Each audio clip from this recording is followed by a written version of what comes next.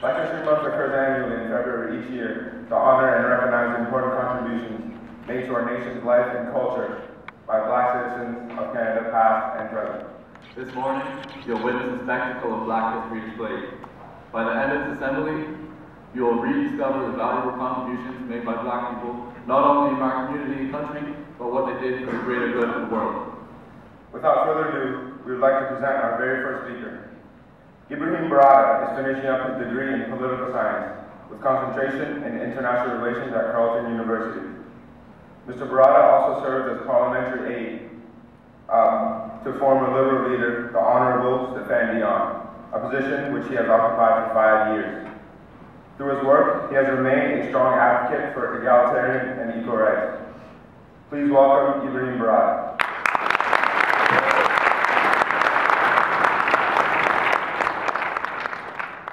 So I'm going to talk to you guys today about something about Black History Month, but I'm going to connect it to your daily lives. Every person has a story. Every person has a struggle. Every person deals with their own struggle in their own particular way. We draw inspiration from people who have accomplished so much, and we try to replicate their accomplishments in our daily lives. To me, as you have heard, I love politics. And I draw inspiration from previous politicians. So one of the most inspiring politicians to me is William Lyon Mackenzie King. And those of you who have taken history class, you'll know that he served as Canadian Prime Minister for 22 years, something that's almost impossible today.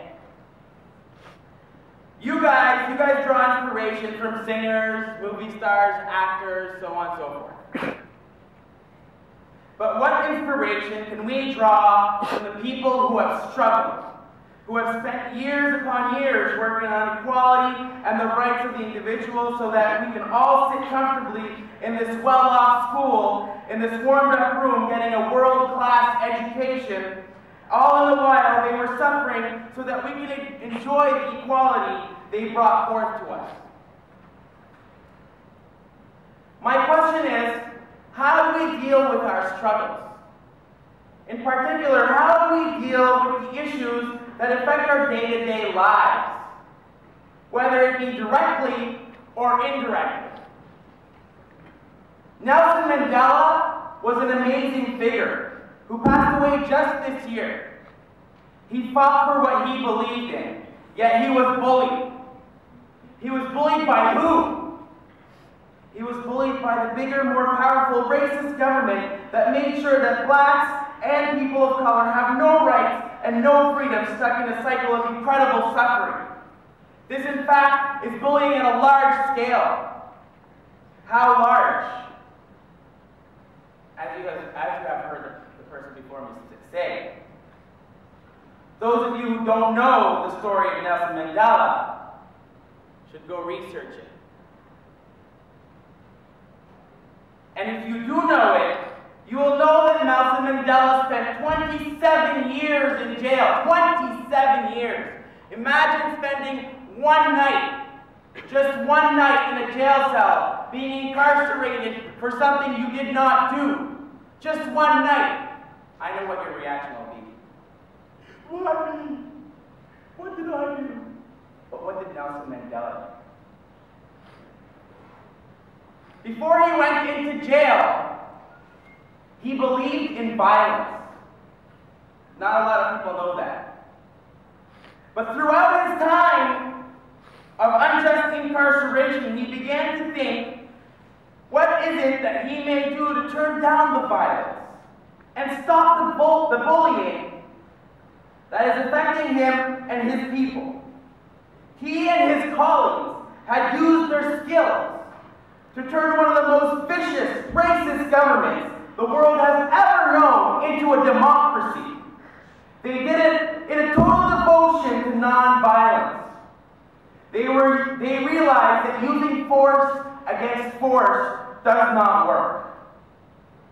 He took down a giant bully by standing up for what was right. If someone comes directly to you and insults you or says something mean about you, yourself, it's obvious that you will feel hurt. So why do you let others continuously bully people, whether it be online, on Facebook, on Twitter, or any other social media site? And it does happen. It does happen. I guarantee it happens in this school. And I know that most of you either partake in it or just turn a blind eye and pretend that nothing is happening. Martin Luther King. He was a man who fought for the rights of Black Americans and in a way for Black Canadians as well.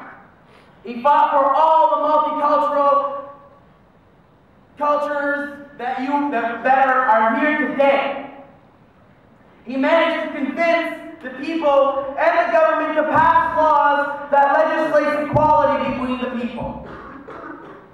Martin Luther King went on a cross-country tour spreading a non-violent philosophy amongst Black communities and managed to change the minds of millions of Americans across the country that equality is the only way to go. His biggest challenge was when he visited the city of Birmingham, Alabama. The city with the most racism and the highest amount of murders and violence against Black people to be recorded in the States. Now, why would he do that? Why would he purposely go to the most difficult place that he knew he wasn't going to win? He could have just went home and lived his life and pretended everything was okay. Why did he purposely go to Birmingham, the city that he knew he was not going to win? And you know what? He didn't win. He was jailed. Yes, he was jailed for coming to Birmingham just because he was raising a point of unjust inequality. I will read to you some portions of the letter he wrote in his jail cell and try to tie it in with what is happening today. He says, I cannot sit idly by in Atlanta, that's where he's from, and not be concerned about what happens in Birmingham. Injustice anywhere is a threat to justice everywhere. We are caught in an inescapable network of mutuality tied in a single garment of destiny. Whatever affects one directly affects all indirectly. Never again can we afford to live with the narrow, provincial, outside agitator idea. Anyone who lives inside the United States can never be considered an outsider anywhere within its bounds. Anyone inside this school can never be considered an outsider anywhere within its bounds. He fought for the rights of individuals being bullied, and what did it get him? Well, what was the goal that he was aiming for? What are we doing here today? King once said in his Washington speech, I have a dream that one day this nation will rise up and live out the true meaning of its creed. We hold these truths to be self-evident, that all men are created equal. I have a dream that one day on the red hills of Georgia, the sons of former slaves and the sons of former slave owners will be able to sit down together at the table of brotherhood. I have a dream that one day, even the state of Mississippi, a state of sweltering with the heat of injustice, sweltering with the heat of oppression, will be transformed into an oasis of freedom and justice. I have a dream that my 4 little children will one day live in a nation where they will not be judged by the color of their skin, but by the content of their character. And when this happens, and when we allow freedom to ring, and when we let it ring from every village and every hamlet, from every state and every city, we will be able to speed up the day when all of God's children, Black man and white man, Jews and Gentiles, Protestants and Catholics, will be able to join hands and sing the words of the old Negro spiritual, free at last, thank God Almighty, we are We're sitting together in a multicultural room of people who live and grow to understand and accept the differences of the people around us. Look around you. Look at the culturalism in this room. Look at it. This was the work of all these prominent individuals.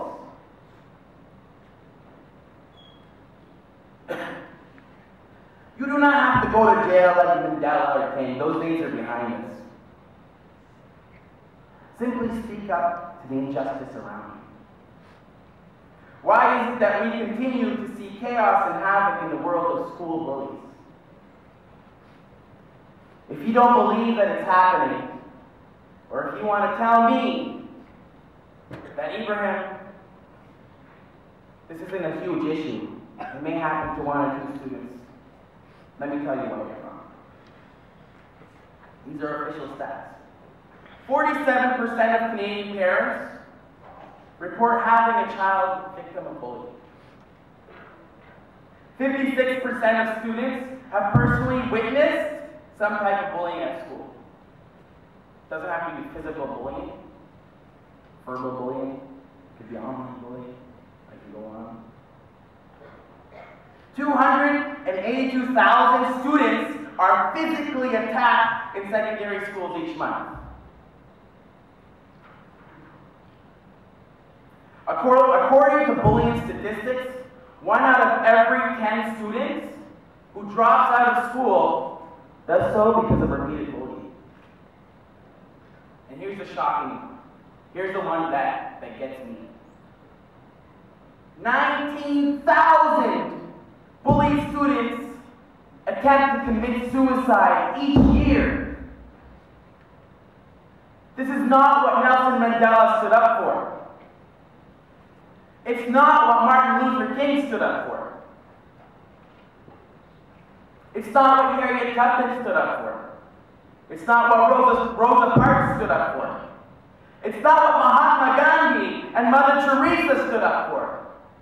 It's not what Sir Robert Borden himself stood up for. Sir Robert Borden, whom I hope you know, is the Prime Minister during World War I. I hope you guys know this, because you go to his school, I guess you could say. Sir Robert Borden himself stood up to bullying when he sent troops to Europe to fight in World War I. Black people are a giant fabric, are part of a giant fabric of interwoven people that are fighting this war, the war of bullying. Nelson Mandela fought against the huge bullying, which was the government. Martin Luther King fought against the huge bullying, which was the government. We're fighting bullying on a smaller scale. It's not to the extent that they have fought for. Stand up. Stand up. I beg all of you to stand up to bullying. Put your foot down when you see an injustice that is happening. Be the next role model of the people. Be like Martin Luther King. Be like Nelson Mandela. Be the best you can be. You are strong. All it will take is a little inner searching, and you will find the voice inside you telling you that you are right and they are wrong. And for those of you who have been hurt, whether in school or out, most of the time you won't express yourself. I recite to you a poem by a victim of bullying that will help me describe what is so scarcely said. Get a better mirror. Look a little closer. Stare a little longer. Because there is something inside you that made you keep trying despite everyone who told you to quit. You built a cast inside your broken heart, and you will decide they were wrong. Because maybe you didn't belong to a group or a clique. Maybe they decided to pick you last for basketball or for everything else.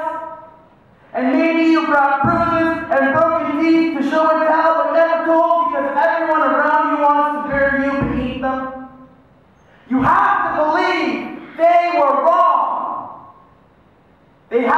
wrong. Why else would we still be here? We grew up learning to cheer for the underdog because we see ourselves within them. We stemmed the root planted in the belief that we were not what we were called. We are not an abandoned car sitting somewhere on an empty highway. And if we are, don't worry. We will only get out. We only go out and walk somewhere to get gas. We are the graduating class of the people who cried, we have made it. The faded echoes of voices crying out names that will never hurt me. But of course they did. But our lives will now be a balancing act that has less to do with pain and more to do with beauty. You are beautiful. You know why you're beautiful? You are beautiful because Martin Luther King said so. You are beautiful because Nelson Mandela said so. You are beautiful because Rosa Parks said so. You are beautiful because your teachers say so. You are beautiful because your parents say so. You are beautiful because I say so. And you are beautiful no matter what they say. Thank you very much.